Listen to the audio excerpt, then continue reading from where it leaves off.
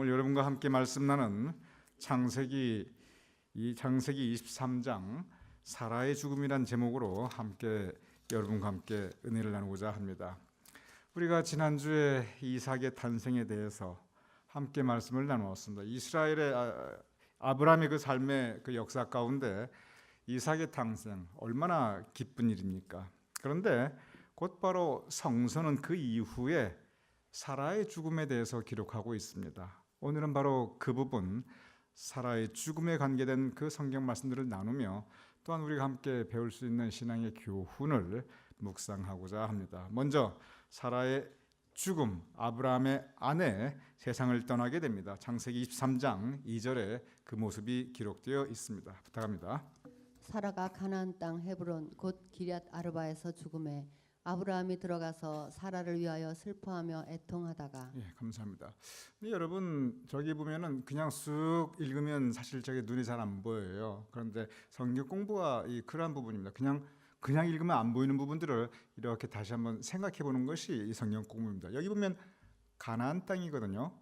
가나안 땅이 이스라엘 백성이 애굽 땅에 있을 때 하나님께서 약속하여 주신 곳입니다. 젖과 꿀이 흐르는 땅, 약속의 땅, 자유의 땅, 풍요의 땅입니다. 그런데 원래 거기에 아브라함이 살고 있었습니다. 사라가 거기 살고 있었습니다. 그런데 이제 그들이 애굽으로 가서 노예 생활을 하는데, 그리고 세월이 400년 이상 흐르는데 그 후에 다시 돌아오게 되는 곳이 그곳이 바로 가나안 땅입니다. 그리고 다윗이 수도를 세우는 곳이, 이스라엘의 수도를 세우는 곳이 그곳이 헤브론입니다. 어떻게 생각하면 다시 원점으로 돌아오는 겁니다. 우리 인생의 역사가, 그리고 우리 마음이 이렇게 빙글빙글 돌다가 하나님께서 원래 정해주신 우리의 마음으로 다시 돌아올 때가 있습니다.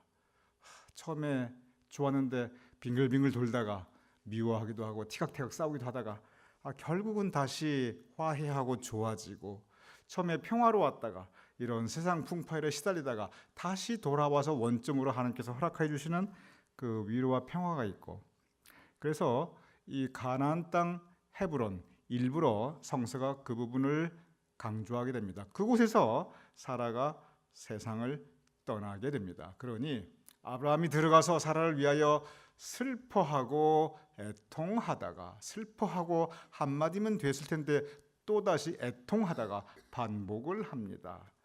성경이 아브라함이 슬퍼하고 애통하다고 하였습니다. 그러니 아브라함이 정말 슬퍼하고 정말 애통했다는 말이죠. 우리가 지금 벌써 창세기에 대해서 쭉 12장 이후에 아브라함에 대해서 우리 함께 말씀 나누고 성경을 조금 깊이 묵상해 보았습니다. 여러분 기억에, 우리 함께 성경을 공부했어요. 여러분 기억에 아브라함이 사라에 대해서 상당히 좋은 남편이었습니까? 상당히 조금 모자란 남편이었습니까? 여러분 기억해 보세요. 어떻습니까? 모자란 남편이었죠. 여러분 생각에 아브라함이 사라한테 잘했습니까? 영 잘 못했습니까?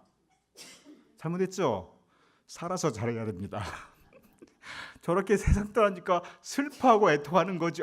내가 이렇게 못했는데 저 고생한 내 아내 저렇게 힘들게 하고, 세상에 내가 2번이나 와이프 그냥 확 저렇게 나쁜 그 환경에 처하게 하고 고생시키고, 그냥 슬퍼하고 애통할 만하지요. 살아서 잘해야 됩니다. 그래서 아브라함이 아내가 떠나니까 진심으로 슬퍼하고 진심으로 애통합니다. 이 뒤에 기록을 보면 정말 아브라함이 슬퍼하고 애통했어요. 이 뒤에 아브라함이 한 거 보면, 이 아브라함이 사라 생전에 사라한테는 영 잘 못했어요. 근데 사라가 세상 떠나니까 극진하게 대우합니다. 한번 그 부분을 보내도록 하겠습니다. 자, 사라가 세상을 떠났어요. 그럼 이제 뭘 해야 됩니까? 이제 장지를 구하고 이제 정말 이 장례식을 하고 곱게 이제 이 무덤을 만들어 드려야 되죠. 그래서 아브라함이 슬퍼하고 애통하다가 곧바로 사라를 땅에 묻을 장지를 찾게 됩니다. 자, 장지를 찾는 장면입니다. 23장 7절에서 9절입니다. 아브라함이 일어나 그 땅 주인 헷 족속을 향하여 몸을 굽히고 그들에게 말하여 이르되 나로 나의 죽은 자를 내 앞에서 내어다가 장사하게 하는 일이 당신들의 뜻일진즉 내 말을 듣고 나를 위하여 소알의 아들 에브론에게 구하여 그가 그의 밭머리에 있는 그의 막벨라 굴을 내게 주도록 하되 충분한 대가를 받고 그 굴을 내게 주어 당신들 중에서 매장할 소유지가 되게 하기를 원하노라 하매. 네, 감사합니다. 자, 이게 좀 한번 보도록 하겠습니다. 아브라함이 이제 그 땅 주인의 이야기합니다. 저 말은 뭐하냐면 아브라함이 이때까지 땅이 없었어요. 하나님께서 아브라함의 자손의 축복과 땅의 축복을 합니다. 근데 이때까지 사라가 낳은 아들 딱 한 명 이삭. 이때까지 땅 한 평 없었어요.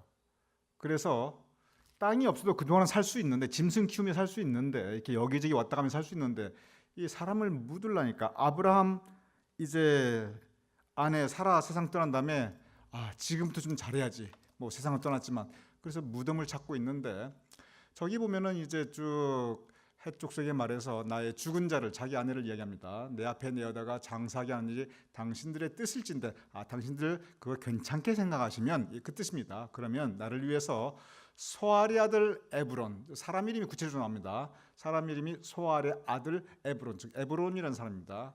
근데 거기 보면 뭘 달라고 하면 그가 에브론이 그의 밭 머리에 있는 그의 막벨라 굴을 내게 주어, 즉 아브라함이 원했던 것은 막벨라 굴입니다. 예수님께서 돌아가신 후에 새 무덤에 장사되었는데 그것이 굴이었죠. 여기도 마찬가지입니다. 그 굴에 이렇게 이제 묻게 됩니다. 그래서 막벨라 굴을 원하게 됩니다. 근데 그냥 공짜 달라 그거 아니에요. 충분한 대가를 받고 그 굴을 내게 주어 내가 내 아내 이렇게 이 장사 지낼 수 있게 해달라. 그래서 아브라함이 원했던 것은 막벨라 굴 고 하나였습니다.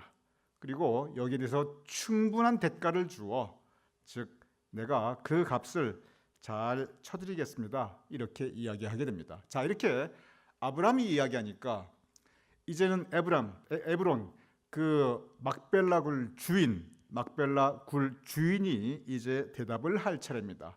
그런데 그 대답이 너무 아름다운 대답이 나옵니다. 자, 보겠습니다. 23장 10절에서 11절. 여기 보면 일단 여러분 그 기억하세요.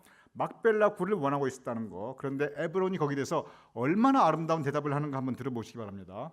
에브론이 헷 족속 중에 앉아 있더니 그가 헷 족속 곧 성문에 들어온 모든 자가 듣는 데서 아브라함에게 대답하여 이르되 내 주여 그리 마시고 내 말을 들으소서. 내가 그 밭을 당신에게 드리고 그 속의 굴도 내가 당신에게 드리되 내가 내 동족 앞에서 당신에게 드리오니 당신의 죽은 자를 장사하소서. 네, 감사합니다. 얼마나 아름다운 말입니까? 여기 들어보시기 바랍니다. 아브라함이 그랬어요. 저 굴을 좀 나에게 주십시오. 막벨라 굴을. 내가 값을 충분히 쳐드리겠습니다.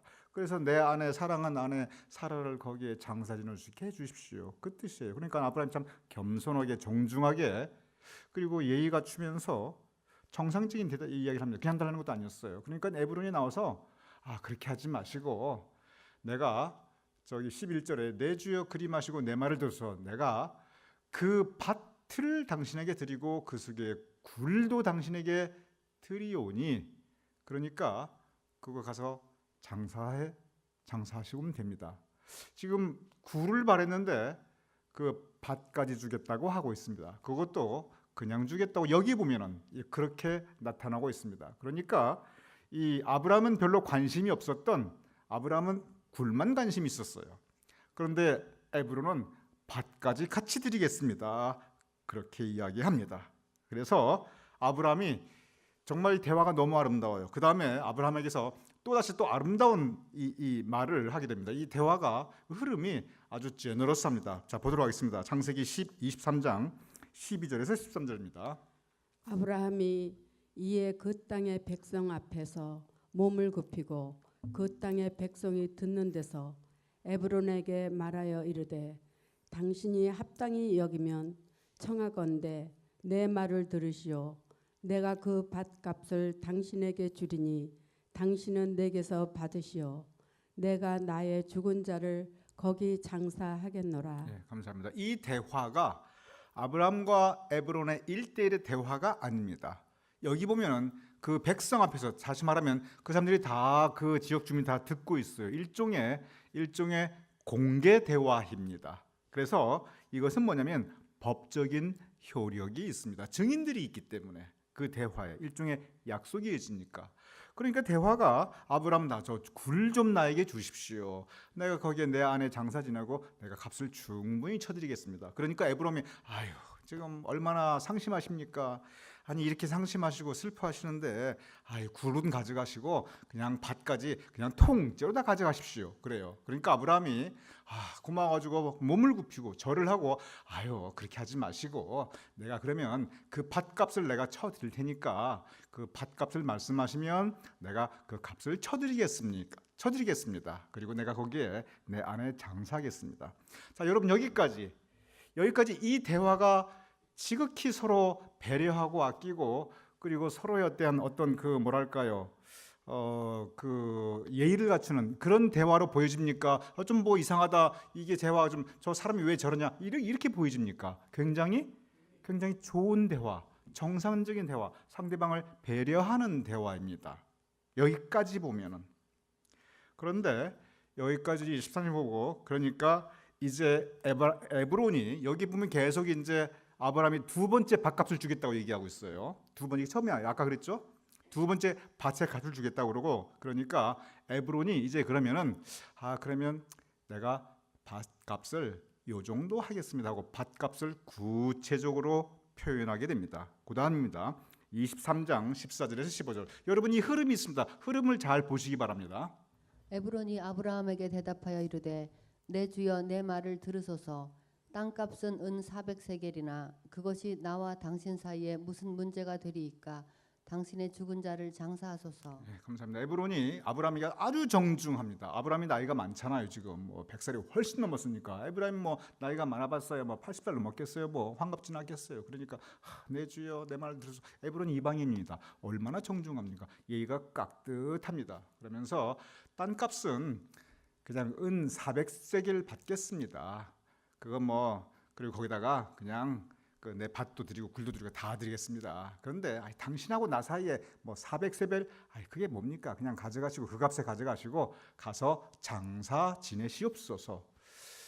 요 표현을 보면은 그냥 성경 쭉 읽으면 이게 무슨 뜻인지 잘 가슴에 와닿질 않아요. 그런데 여러분 보세요.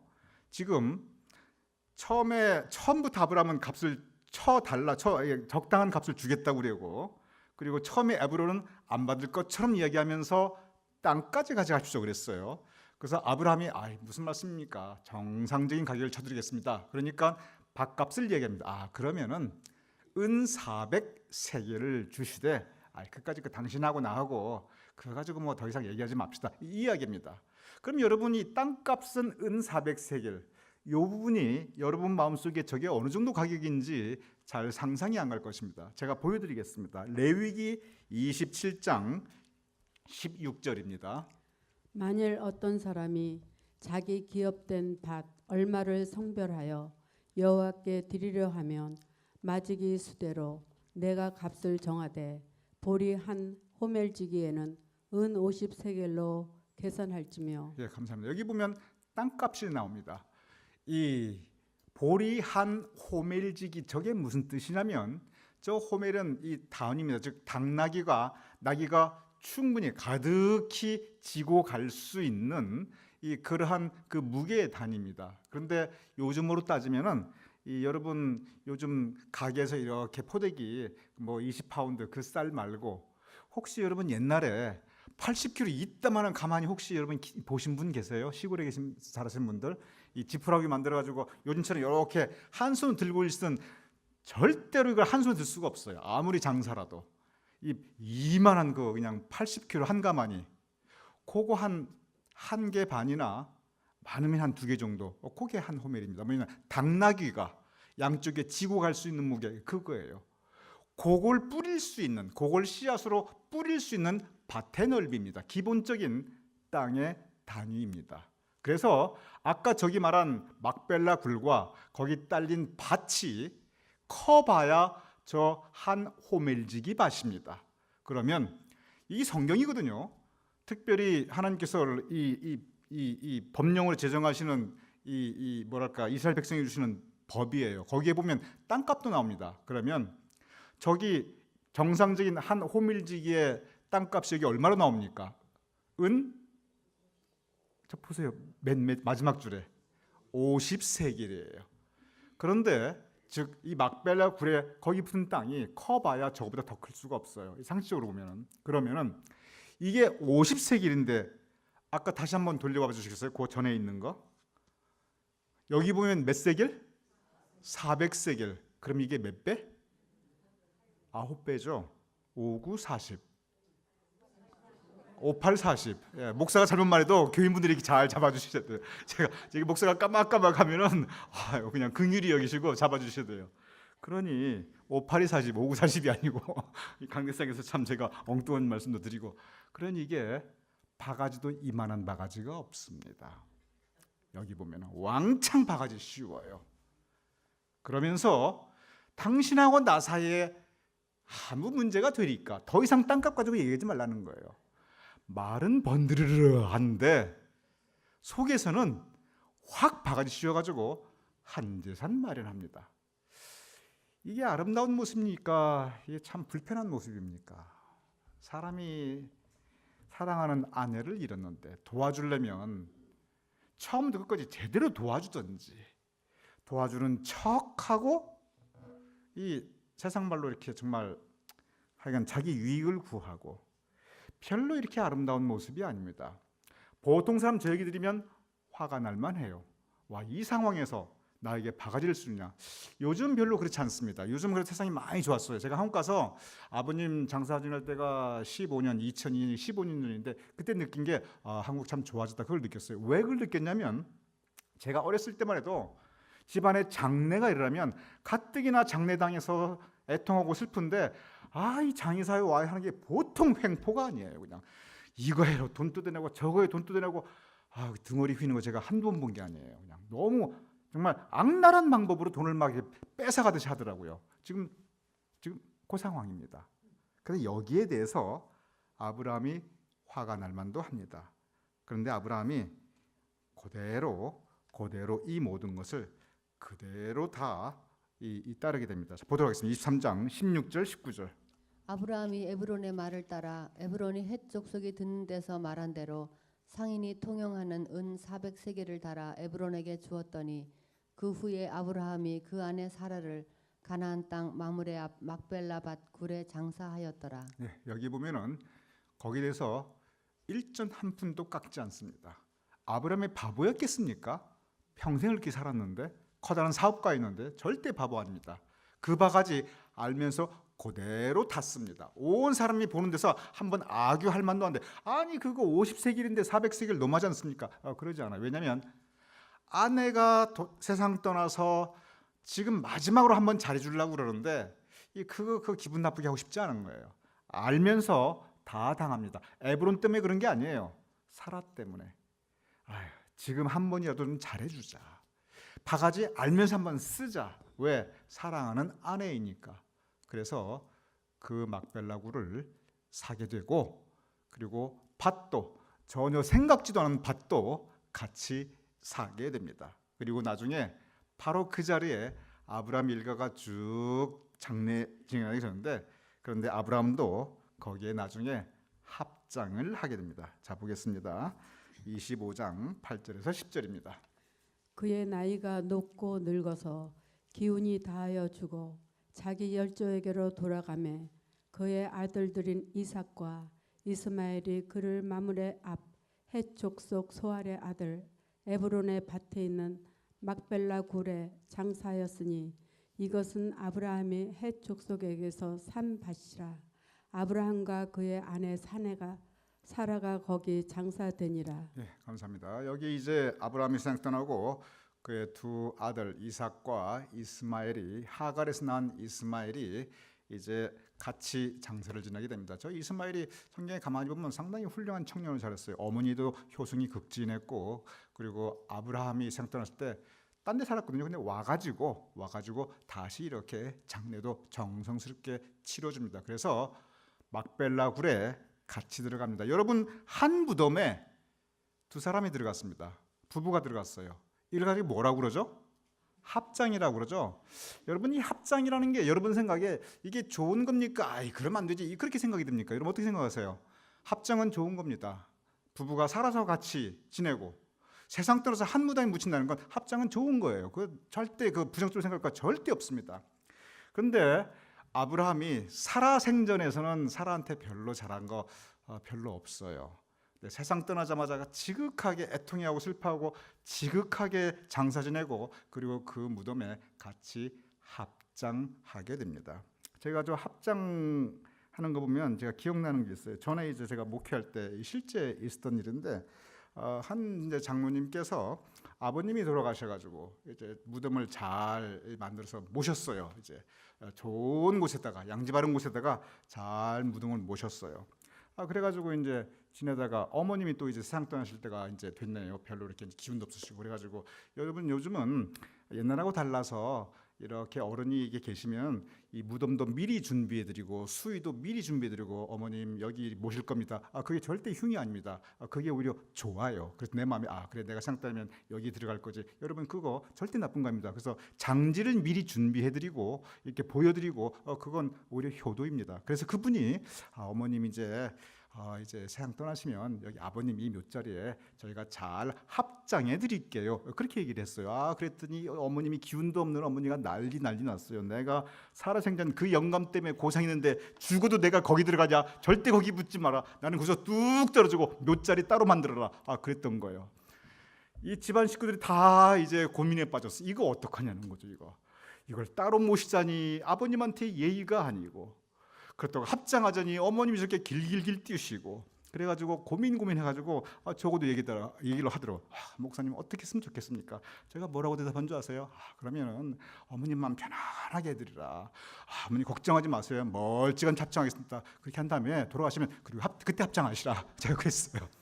저는 그분에게 오히려 돌아가신 분 마음 편하게 해드리지만 그러나 그 합장한다는 거 저는 그 아름다운 거라고 생각해요. 근데 여기에 아브라함만 합장한 게 아니라 그 일가가 그 아들 이삭도 쭉 이렇게 합장을 하게 됩니다. 여기서 우리가 생각할 게 뭐냐면 이 장소 다시 원점으로 돌아갑니다. 이 장소가 어디라고 그랬죠? 맨 처음에 가나안 땅 헤브론입니다. 이스라엘의 역사가 이렇게 시작합니다. 가나안 땅의 이스라엘의 민족의 역사가 지금까지 이어지는 것이고 저게 지금까지 이어지고 있어요. 그 헤브론이 바로 예루살렘이 나중에 이 다윗 왕조의 수도가 됩니다. 아주 미약하게 시작합니다. 바가지 씁니다. 그런데 그곳에 하나님께서 역사하셔서 그것이 바로 이스라엘 민족의 역사의 중심지가 됩니다. 그리고 이스라엘 민족이 다시 그쪽으로 애국 갔다가 다시 돌아오게 됩니다. 오늘 이 자리는 사람의 욕심이 역사하고 사람의 이 욕심이 이루어지는 것 같아요. 에브론의 욕심이 이루어지고 있어요. 그런데 바로 그것을 하나님께서 새로운 역사로 바꾸어 주십니다. 사람의 뜻보다 하나님의 뜻이 언제나 우리의 미래와 그리고 사람의 역사를 인류의 역사를 이끌어가고 있습니다. 지금도 우리가 이런저런 걱정들을 많이 하게 됩니다. 저는 믿습니다. 하나님께서 인도해 주시리라.